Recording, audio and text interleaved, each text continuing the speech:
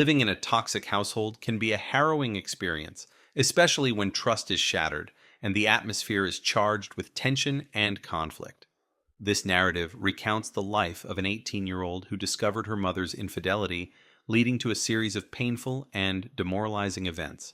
This story offers a glimpse into the emotional and psychological turmoil experienced in such a toxic environment and highlights the importance of resilience, self-preservation, and the quest for peace. Discovery and initial confrontation. 2 years ago, I discovered my mother cheating on my father within the confines of our home. My father, at the time, was away for an extended period, leaving us without his protective presence. The shock and betrayal I felt upon witnessing this act of infidelity were overwhelming. I was just 16 years old, struggling to make sense of the world around me. That night, unable to contain my emotions, I confronted my mother with a torrent of words expressing my hurt and disbelief. In my desperation, I turned to my younger brother for support. I begged him to accompany me to witness what I had seen, hoping that he would help me confront our mother. However, he refused, either out of fear or disbelief. Frustrated and determined, I asked to use his phone to call our father, since I didn't have one of my own. My mother, sensing the imminent threat to her secret, ordered my brother not to give me his phone. The situation quickly escalated as my mother began cursing at me, threatening me with ominous words. "I will see you tomorrow. Just wait." Her reaction only deepened my sense of betrayal and isolation. Despite her threats, I managed to contact my father upon his return. I vividly remember the tears streaming down his face as I recounted what had happened. His anguish mirrored my own, and for the first time I saw my father, a man who was always strong in my eyes, break down. That evening, my father confronted my mother. She responded with lies and manipulations, trying to twist the narrative in her favor. My father, though heartbroken, was unable to take a firm stand against her. He was uneducated and lacked the backbone to oppose her. It was a helpless situation where the truth was evident, but action seemed impossible. Escalation of abuse. In the aftermath of the confrontation, my mother's behavior towards me changed dramatically. She began to mistreat me, withholding food and basic necessities. I was left to starve, surviving on fruits and snacks my father secretly provided. The emotional and physical neglect took a toll on me, leading to self-harm as a way to cope with the unbearable pain. The COVID-19 pandemic exacerbated my situation. With nowhere to escape, I was trapped at home, enduring the daily torture. I longed for the reprieve that school once offered, a few hours away from the toxic environment. My relationship with my mother deteriorated further, and any semblance of closeness we might have had vanished completely. Despite the dire circumstances, there was a glimmer of hope when I obtained my driver's license at 17. This newfound independence allowed me some freedom, but the underlying tension remained. My mother's occasional moments of kindness were overshadowed by her persistent mistreatment and controlling behavior. Household responsibilities and sibling rivalry.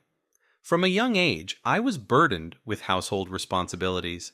At 11, I was expected to clean the entire house, cook meals, take care of my younger brother, and manage my studies.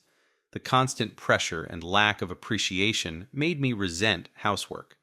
My mother would yell at me if I failed to complete any task or if I dared to speak up against my brother. My brother, on the other hand, enjoyed a privileged position. He could hit me, call me names, and make demands without facing any consequences. He took advantage of the situation, knowing that our mother would always side with him. My father, unable to challenge my mother, remained a passive observer, further deepening my sense of isolation and resentment. The breaking point came yesterday. My mother woke me up at 10 a.m., but instead of preparing food for me, she only cooked for herself, my brother, and my father. Left to fend for myself, I made my own meal, washed the dishes, and cleaned the house. My brother promised to sweep and mop the floors, so I retreated to my room, thinking the chores were divided. A few hours later, my mother woke up and started yelling at me for not completing the tasks. I explained that I had done my part and that my brother had agreed to do the rest. Her anger escalated to the point where she decided to kick me out of the house. Desperate, I tried to reason with her, offering to do the remaining chores, but she wouldn't listen. She demanded my phone and ordered me to leave. Feeling defeated, I packed my bags and left, seeking refuge at a friend's place. Her mother, concerned for my safety, took me back home to inform my parents. When we arrived, my mother unleashed a torrent of verbal abuse at my friend's mother, saying things no parent should ever say to their child. My father, who had been searching for me, returned home upon learning of my whereabouts. Despite my pleas to leave, he insisted I stay, leaving me feeling trapped and hopeless. Financial struggles and future aspirations. Today, my father managed to retrieve my phone from my mother. While I have it now, I fear she might take it away again, as she paid for it and the SIM card. My desire to gain independence grows stronger each day. I want to get a new number and start paying for my own phone to ensure she can't control this aspect of my life. However, I'm unsure if this plan will work. My ultimate goal is to find a job and save enough money to move out. Unfortunately, my efforts to secure employment have been met with rejection after rejection, leaving me demotivated and disheartened. I had saved $1,400 from visiting family members, but my mother took that money a few months ago, refusing to return it despite my pleas.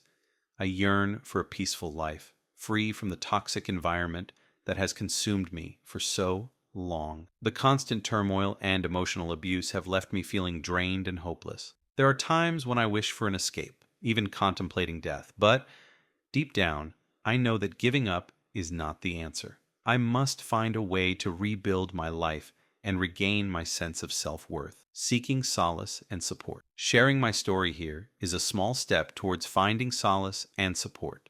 It helps to know that there are others who might understand my pain and offer words of encouragement. Writing this out has brought a sense of relief, even if it's temporary. It's a reminder that I'm not alone in my struggles and that there is hope for a better future. Living in a toxic household can be an incredibly isolating experience. The emotional and psychological scars run deep, affecting every aspect of one's life. It's important to recognize the signs of a toxic environment and seek help when needed. Reaching out to friends, family, or professional counselors can provide the support necessary to navigate through such challenging times. The road ahead. The road ahead is uncertain, but I am determined to create a better life for myself. Finding a job remains a top priority as it will provide the financial independence I need to break free from my mother's control. I will continue to apply to various positions, hoping that someone will give me a chance. It's a challenging process, but I must stay resilient and focused on my goal. In the meantime, I will explore other avenues for support such as community resources or online forums. Connecting with others who have faced similar situations can offer valuable insights and advice. It's important to build a network of support, especially when facing such overwhelming challenges.